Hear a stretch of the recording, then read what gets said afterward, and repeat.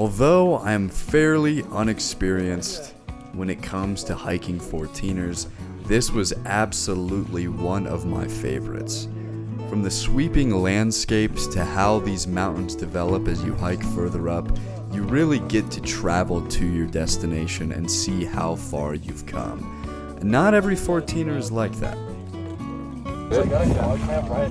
That's one really rewarding thing about these two climbs. Is like you can really see how far you've come.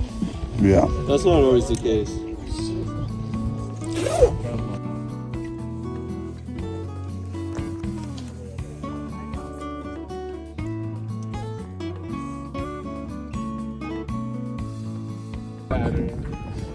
Maybe he wants to play.